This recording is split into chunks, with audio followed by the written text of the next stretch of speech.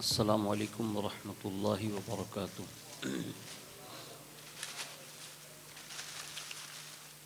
الحمد للہ رب العالمین والعاقبۃ للمتقین والصلاة والسلام علی سید الانبیاء والمرسلین وعلی آلہ واصحابہ وازواجہ وذریاتہ واہل بیتہ وابنہ الغوث الأعظم الجیلانی ومعین الملة والدین والشیخ الاسلام والمسلمین اعلی الحضرت الامام احمد رضا وعلی عباد اللہ الصالحین اجمعین، اما بعد فاعوذ باللہ من الشیطان الرجیم، بسم اللہ الرحمن الرحیم۔ یا ایہا الناس قد جاءکم برہان من ربکم وانزلنا الیکم نورا مبینا، صدق اللہ مولانا العظیم، وبلغنا رسولہ النبی الامین المختار الکریم، ونحن علی ذلک لمن الشاہدین والشاکرین، والحمد للہ رب العالمین۔ آئیے سب سے پہلے مذہب اہل سنت والجماعت یعنی کہ مسلک اعلیٰ حضرت کے قدیم دستور کے مطابق ہم سب کے آقا و مولا حضور سراپا نور سیدنا محمد الرسول اللہ صلی اللہ تعالیٰ علیہ وآلہ وسلم کی بارگاہ پر نور میں جی لگا کر درود پاک کی نظریں پیش کر لیں۔ اللہم صلی علی سیدنا مولانا محمد معدن الجود والکرم وعلی آلہ وصحابہ وبارک وسلم، صلاۃ و سلام علیک یا رسول اللہ صلی اللہ تعالیٰ علیہ وآلہ وسلم۔ نبی اور آل نبی پر ایک بار اور محبت کے ساتھ درود شریف پڑھ لیں۔ اللہم صلی علی سیدنا مولانا محمد معدن الجود والکرم وعلی آلہ وصحابہ وبارک وسلم، صلاۃ و سلام علیک یا رسول اللہ صلی اللہ تعالیٰ علیہ وآلہ وسلم۔ حصول برکات و نجات کے لیے ایک بار اور جی لگا کر درود شریف پڑھ لیں۔ اللہم صلی علی سیدنا مولانا محمد معدن الجود والکرم وعلی آلہ وصحابہ وبارک وسلم، صلاۃ و سلام علیک یا رسول اللہ صلی اللہ تعالیٰ علیہ وآلہ وسلم۔ اللہ رب العزت کی توفیق سے اور اس کے پیارے محبوب صلی اللہ تعالیٰ علیہ وآلہ وسلم کے تصدق سے بالخصوص پیران پیر روشن ضمیر سیدنا شیخ عبد القادر جیلانی المعروف غوث العظم دستگیر رضی اللہ تبارک و تعالی عنہ کی نگاہ عنایت سے حضور سیدی سرکار سید محمد حنیف میاں باپو قادری مدد ذل علی نورانی کے صاحبزادے میری مراد خلیفہ حضور شیخ الاسلام حضرت علامہ سید محمد ایوب میاں باپو قادری، جن کی شادی خانہ آبادی کے حسین موقع پر نعت و منقبت اور واعظ و نصیحت کا ایک بہترین جلسہ جس میں ہم اور آپ شرکت کی سعادتیں حاصل کر رہے ہیں، اللہ رب العزت اس خوشیوں میں بے شمار برکتیں عطا فرمائیں، اور اسٹیج پر جلوہ بار سادات کرام مشائخ اعظام کی حاضری کے تصدق سے اللہ تعالیٰ انہیں خوشیوں والی بہترین زندگی نصیب فرمائیں۔ میں چند باتیں آپ کے گوش گزار کر کے اپنی حاضری کو مکمل کروں گا۔ میں اور آپ ہم سب جانتے ہیں کہ وقت جو ہے بڑی تیزی کے ساتھ ہماری اور آپ کی نظروں سے گزر رہا ہے، اور اتنی دیر رات جو ہے وہ سب اپنے اپنے بستروں کی طرف جو ہے کشاں کشاں دوڑتے رہتے ہیں اور جاتے رہتے ہیں، لیکن حاضری کے لیے ہم اور آپ سب آئے ہیں تو چند باتیں آپ کے گوش گزار کرتا ہوں، اور اپنی گفتگو کا آغاز امام اہل سنت اعلیٰ حضرت رحمۃ اللہ تعالیٰ علیہ کے ان مشہور زمانہ کلام سے کرنے کی سعادت حاصل کرتا ہوں، جس میں امام کہتے ہیں: چمک تجھ سے پاتے ہیں سب پانے والے، چمک تجھ سے پاتے ہیں سب پانے والے، میرا دل بھی چمکا دے چمکانے والے، میرا دل بھی چمکا دے چمکانے والے۔ اور آگے بڑھ کر یوں کہتے ہیں کہ رہے گا یوں ہی ان کا چرچا رہے گا، رہے گا یوں ہی ان کا چرچا رہے گا، پڑے خاک ہو جائے جل جانے والے۔ اور آخر میں بڑھ کر کہتے ہیں رضا نفس دشمن ہے دم میں نہ آنا، کہاں تم نے دیکھے ہیں چندرانے والے۔ ایک بار بڑی محبت سے درود شریف پڑھ لیں، اللہم صلی علی سیدنا مولانا محمد معدن الجود والکرم وعلی آلہ واصحابہ وبارک وسلم، صلاۃ و سلام علیک یا رسول اللہ صلی اللہ تعالی علیہ وآلہ وسلم۔ خوشی کی تقریب ہے اور میں نے حضور کے میلاد کے حوالے سے اور حضور کی شان اور حضور کی عظمت کے حوالے سے سورہ نساء کی آیت نمبر 174 آپ کے سامنے تلاوت کرنے کا شرف حاصل کیا، جس میں اللہ رب العزت ارشاد فرماتا ہے کہ لوگو بے شک تمہارے پاس اللہ کی طرف سے واضح دلیل آئی اور ہم نے تمہاری طرف روشن نور اتارا۔ یہ آیت کریمہ کا اصل عنوان کیا ہے؟ تو مفسرین نے اس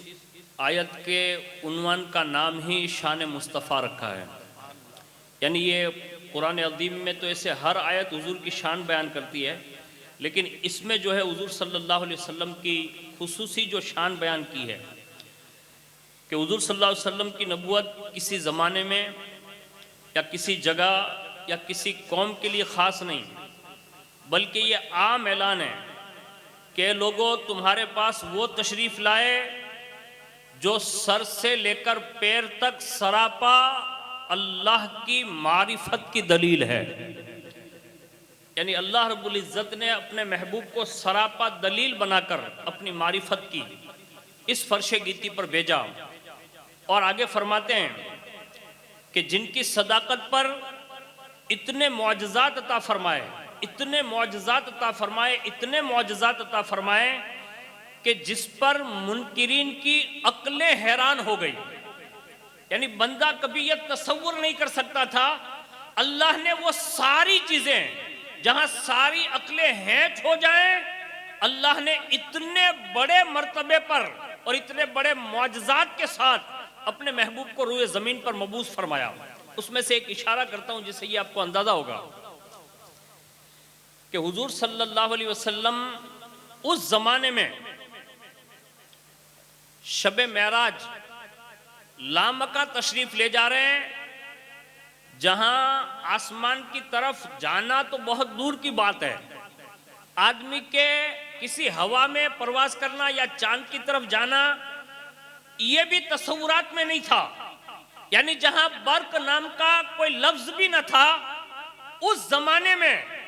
رسول اللہ کے لیے براق کی سواری لا کر قدرت نے یہ بتایا، کہا جس کی سواری اتنی تیز رفتار ہو وہ مصطفیٰ جان رحمت کی معرفت کتنی تیز رفتار ہوگی۔ یعنی یہ لامکہ کی دنیا میں لے جا کر دنیا کو حیرت میں ڈال دیا، اور یہ رسول اللہ صلی اللہ علیہ وسلم کا بڑا عظیم معجزہ ہے۔ اس کے بعد ایک دوسرا معجزہ سنیں جو آج تک ہمارے اور آپ کے پاس موجود ہے، لیکن یہ اور بات ہے کہ یہ امت اس معجزے سے دور ہو گئی۔ اس میں سے ایک معجزہ یہ بھی ہے کہ اللہ تعالیٰ نے اپنے محبوب صلی اللہ علیہ وسلم کے سینے اقدس پر مکمل قرآن عظیم نازل فرمایا، اور یہ 23 سال کے عرصے تک مسلسل نازل ہوتا رہا، اور اس کے نزول کی اس قوت کو اگر کسی کا سینہ برداشت کر سکتا تھا تو وہ واحد مصطفیٰ جان رحمت ہیں کہ جن کے سینے نے قرآن جیسی عظیم دولت کو اپنے اندر محو کیا، اور حضور کے سینے اقدس کی طاقت اور قوت اور فیضان نبوت کا ذریعہ ہے کہ آج امت کا اگر چھوٹا سا بچہ بھی قرآن عظیم کو یاد کرنا چاہے تو بڑی آسانی کے ساتھ قرآن عظیم یاد بھی کر سکتا ہے۔ لیکن یہ ہمیں اور آپ کو سمجھ میں نہیں آ سکتا۔ اس کو قرآن عظیم کی ایک آیت کا مفہوم عرض کر دیتا ہوں جس سے یہ اندازہ ہوتا ہے کہ قرآن عظیم کی فضیلت بیان کرتے ہوئے اور اس کا جلال اور اس کا پاور جو ہے اس کو بیان کرتے ہوئے قرآن نے ایک جگہ پر ارشاد فرمایا، جس کا مفہوم یہ بنتا ہے کہ اگر ہم یہ قرآن کسی پہاڑ پر اتار دیتے تو یہ ریزہ ریزہ ہو جاتا، تو جب پہاڑ پر نازل ہونے سے یہ ریزہ ریزہ ہو سکتا ہے تو اب انسان کا سینہ اس کو کیسے برداشت کر سکتا تھا؟ لیکن اللہ نے اپنے محبوب کا سینہ اتنا مضبوط اور اتنا طاقتور اور اتنا روحانیت والا بنایا تھا کہ مکمل 30 پارے مصطفیٰ جان رحمت کے قلب اطہر پر اتار دیے گئے، اور حضور نے صرف امت کی خاطر یہ قرآن کے اس ضبط کو برداشت کیا، اور حضور کے فیضان سے آج قرآن ہمارے اور آپ کے نظروں کے سامنے ہے۔ تو یہ ایک اعجاز یہ بھی ہے۔ دوسری بات، حضور صلی اللہ علیہ وسلم کے ہر عضو یعنی سر مبارک سے لے کر ناخن اطہر تک، یہاں تک کہ آپ کے جتنے بھی اوصاف ہیں وہ کہیں نہ کہیں ایک معجزہ ضرور ہے۔ تو اس سے پتہ یہ چلا کہ اللہ رب العزت نے سراپا معجزہ بنا کر حضور صلی اللہ علیہ وسلم کو اس فرش گتی پر نازل فرمایا، اور حضور کا جسم اقدس، آج ہم جس شہزادے کی نکاح کی تقریب کے موقع پر یہاں حاضر ہیں، تو یقین جانے کہ جو بھی لوگ حاضر ہیں میں انہیں مبارکباد پیش کرتا ہوں کہ رسول اللہ صلی اللہ علیہ وسلم کے صاحبزادوں کے لیے جو بھی قربانی دیتے ہیں اور جو بھی اپنے قیمتی وقت کو خرچ کرتے ہیں اور حضور کے اہل بیت کی خاطر خرچ کرتے ہیں، تو یہ معمولی بات نہیں، بلکہ کوئی دیکھے یا نہ دیکھے، ہمیں اور آپ کو کوئی شاباشی دے یا نہ دے، لیکن رسول اللہ کے خاندان کے شہزادوں کی یہ شان ہے کہ سید کے لیے جو بھی کوئی کام کرے گا اس کا بدلہ رسول اللہ ضرور عطا فرماتے ہیں۔ اب یہ دنیا میں بھی عطا فرماتے ہیں اور انشاءاللہ آخرت میں بھی عطا فرمائیں گے۔ تو یہ شہزادوں کی شان ہے، اور یہ رسول اللہ صلی اللہ علیہ وسلم کے دربار کے بڑے مقبول لوگ ہوتے ہیں، اس لیے کہ کسی کے بیٹے کی کوئی خبر لیتا ہو یا نہ لیتا ہو، لیکن سید زندگی میں کہیں بھی رہے اس کی خبر رسول اللہ ضرور لیتے ہیں۔ تو یہ اللہ نے ان کو یہ شان عطا فرمائی ہے، تو یہ بھی حضور کے خاندان کی ایک شان ہے، اور یہ حضور کا ہی وصف ہے جو اللہ نے ان شہزادوں کو عطا فرمائی ہے۔ ہم حنیف باپو کی خوشی کی خاطر، سید ایوب میاں باپو کی خوشی کی خاطر جو اتنی دیر تک ہم بیٹھے ہیں، بظاہر یہ ہمیں کوئی بڑا انعام نہیں دیں گے، لیکن ان کے دل خوش ہوں گے کہ رسول اللہ کے امتیوں نے ہمارے اس پروگرام میں شرکت کر لی اور ہمارے اس جشن کو جو ہے رونق بخشی۔ یہ جب قیامت کے دن رسول اللہ کے قریب ہوں گے نا تو ہمیں یہ بھولیں گے نہیں، بلکہ سید دنیا میں بھی کسی کا احسان نہیں رکھتا اور قیامت میں بھی نہیں رکھیں گے، یہ دیں گے، اور یہ ان کی خوشی کا سبب نہیں ہے، بلکہ ان کی پیٹھ کے پیچھے اللہ کی عزت کی قسم سیدہ کائنات کی خوشی کا سبب ہے۔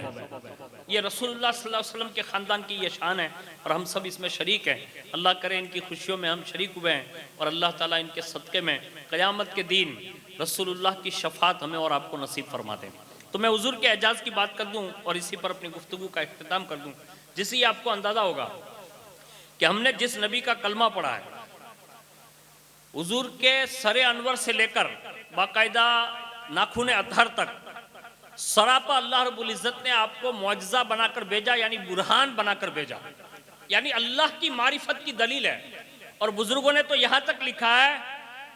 کہ حضور صلی اللہ علیہ وسلم اگر کوئی معجزہ نبی دکھاتے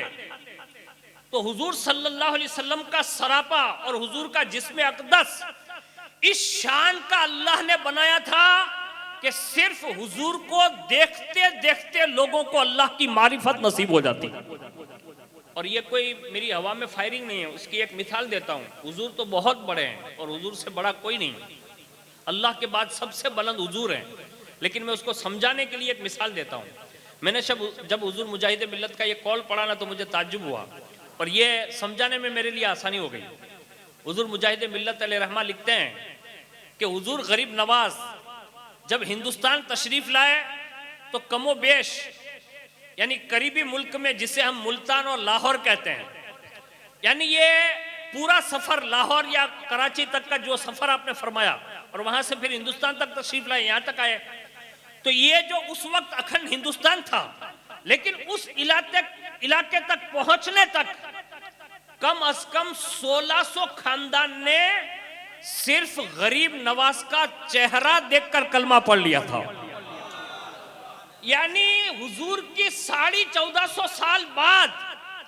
اگر غریب نواز رضی اللہ تعالیٰ عنہ جیسی شخصیت اگر ہندوستان جیسی کفرستان کی ہستی زمین پر آئے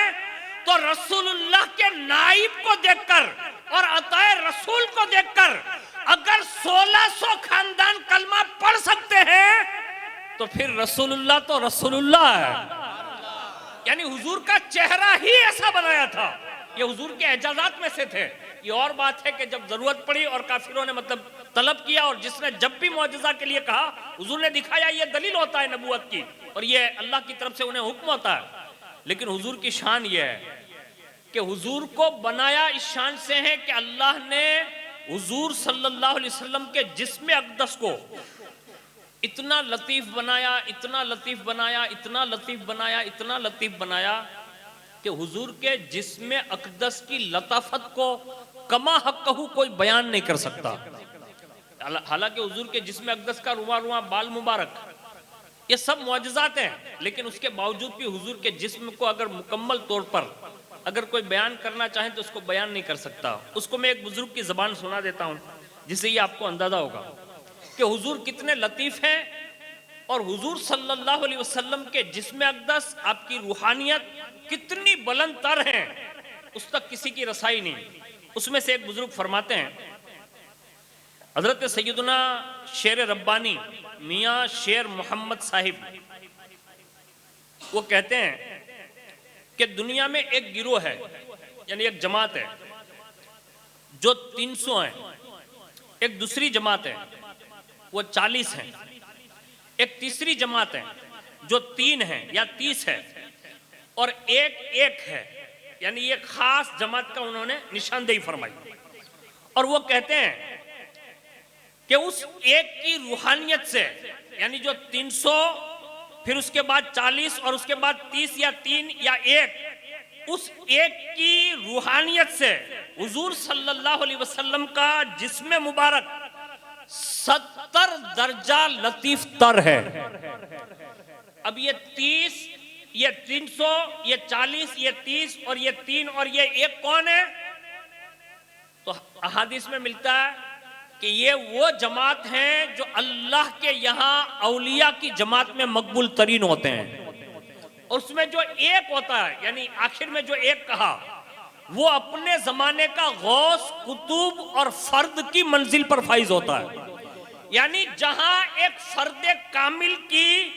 روحانیت ختم ہو جاتی ہے وہاں سے رسول اللہ کے جسم اقدس کی طاقت شروع ہوتی ہے. یعنی وہاں یہ حضور کی شان ہے جسم اقدس کی. آگے فرماتے ہیں یعنی غوث کی روحانیت سے آپ کا جسم اقدس 70 درجہ لطیف تر ہوتا ہے. اور آگے لکھتے ہیں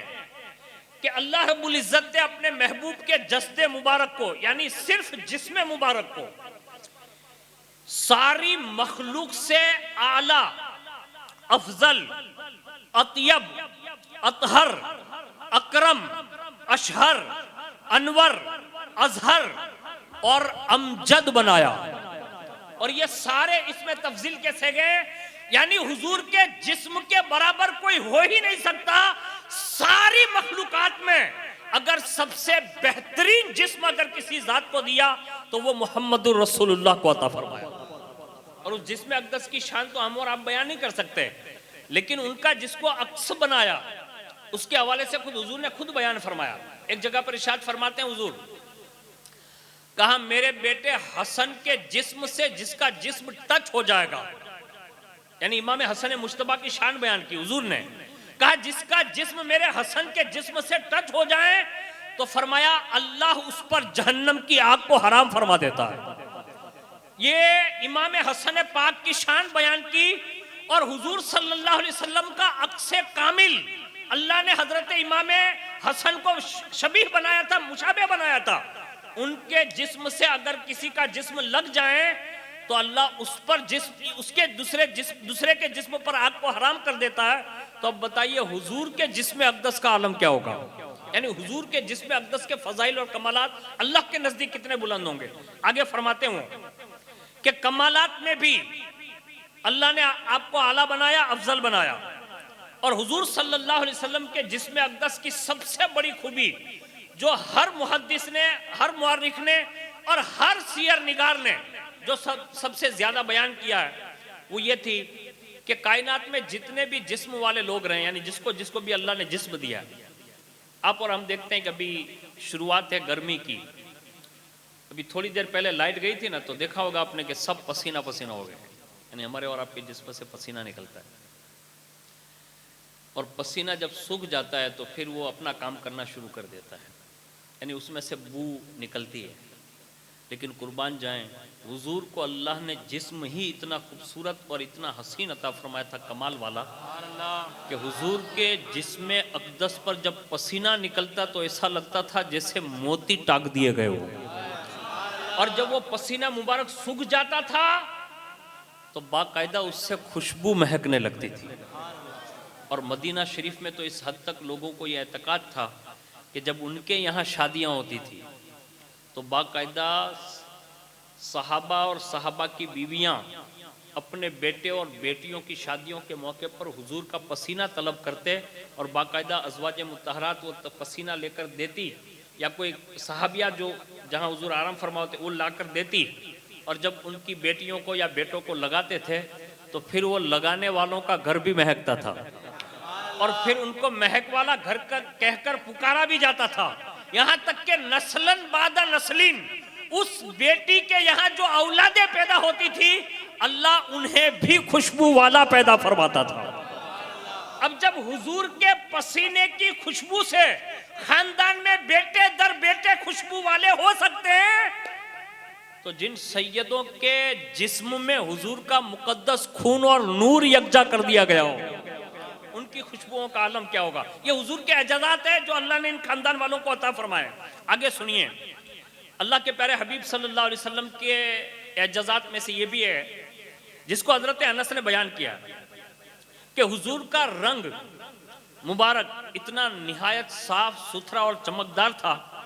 کہ حضور کے جسم اقدس پر جب پسینہ آتا تھا تو یوں لگتا تھا جیسے موتی لٹکے ہوئے ہیں. اور آگے فرماتے ہیں جب حضور چلتے تھے تو پوری قوت سے چلتے، کمزور کی طرح نہیں چلتے. اور پھر فرماتے ہیں میں نے کبھی کوئی موٹا ریشم اور باریک سے باریک ریشم بھی ایسا نہیں دیکھا جو رسول اللہ کی ہتھیلیوں مبارک سے زیادہ نرم ہو. یعنی پتہ یہ چلا حضور کی مبارک ہتھیلیاں اتنی نرم ہوتی. اور فرماتے ہیں کہ میں نے کبھی کوئی کستوری عنبر ایسا نہیں دیکھا جو رسول اللہ کی خوشبو مبارک سے زیادہ خوشبودار ہو. پتہ یہ چلا یہ حضرت انس کون ہے؟ اس کے بارے میں فرمایا انہوں نے 10 سال تک رسول اللہ کی خدمت انجام دی ہے، یعنی خادم خاص میں نام ہے کہ رسول اللہ کے اعجازات انہوں نے بیان کیے ہیں. اس طرح کے سینکڑوں اعجازات ہیں جو حضور صلی اللہ علیہ وسلم کے ہمارے بزرگوں نے بیان فرمائے ہیں. یہ خوشی کی محفل ہے، تقریب ہے. آپ کو ایک بات عرض کر کے جاتا ہوں، اللہ اگر توفیق دے کہیں سے تلاشیے گا، یہ ساری چیزیں آپ کو مل جائے گی، کسی امام صاحب سے پوچھیے گا، اور اللہ کرے ہمیں اور آپ کو بھی یہ سب کو نصیب ہو. آپ اتنے اعجازات اور معجزات سنتے رہتے ہیں، حضور کی شان سنتے رہتے ہیں، اور ہمارا تو یہ مطلب عقیدہ ہے نا کہ حضور سے بہتر اللہ نے کسی کو پیدا ہی نہیں فرمایا. یہ کنفرم ہے، یہ ہمارا اعتقاد ہے. لیکن زندگی میں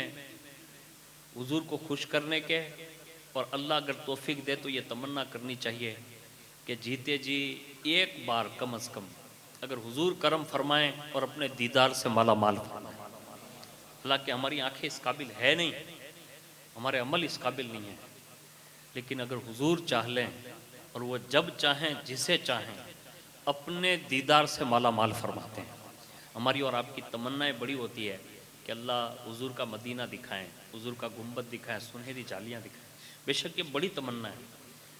لیکن حضور کا دیدار جو ہے نا وہ بڑا شرف رکھتا ہے. اللہ کرے جس کو چاہیں وہ کروا دیں. اس کی ایک مثال دیتا ہوں کہ اگر تڑپ پیدا ہو جائے نا تو یہ چیزیں ممکن ہیں. میں نے بزرگ کا جب یہ واقعہ پڑھا نا تو یہ احساس ہوا کہ ہم لوگ کما حق کہو حضور کے لیے اگر کچھ کرنا چاہتے نا تو حضور آج بھی اپنوں کا خیال ایسا ہی فرماتے ہیں. اب سید شاہ بابا کی بارگاہ میں بیٹھے ہیں، میں سید شاہ بابا کی توجہ کے ساتھ میں احمد آباد لے چلتا ہوں آپ کو. احمد آباد میں 2 بڑی شخصیتیں آباد، ایسے تو بہت ساری ہیں اس میں ایک شہنشاہ کا نام شاہ عالم ہے اور ایک شہنشاہ کا نام قطب عالم ہے. انہی کے مزار سے متصل ایک مسجد ہے، آپ نے دیکھی ہوگی.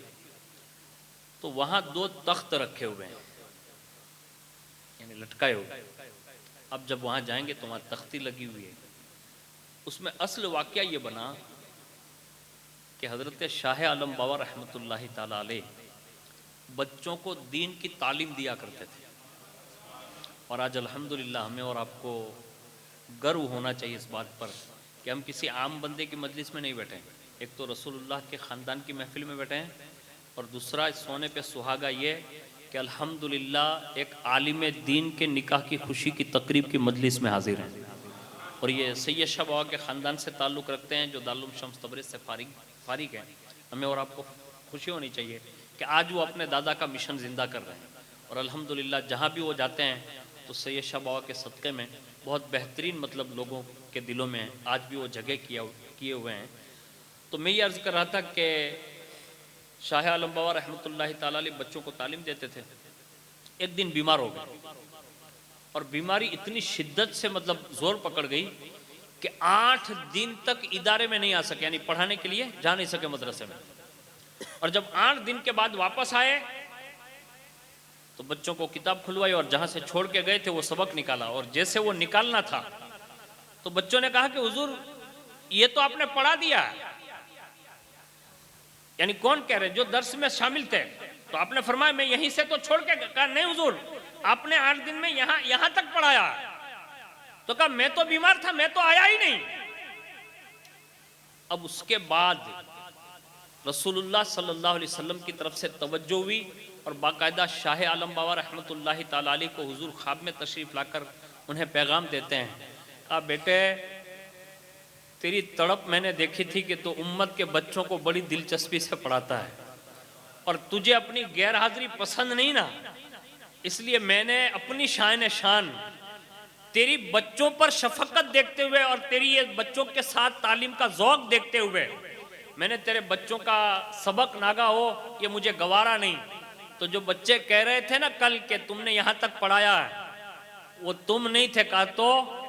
کہا تمہاری جگہ پر آ کر میں نے خود بچوں کو پڑھایا ہے. اب یہ واقعہ ہمیں اور آپ کو اجاگر نہیں کرتا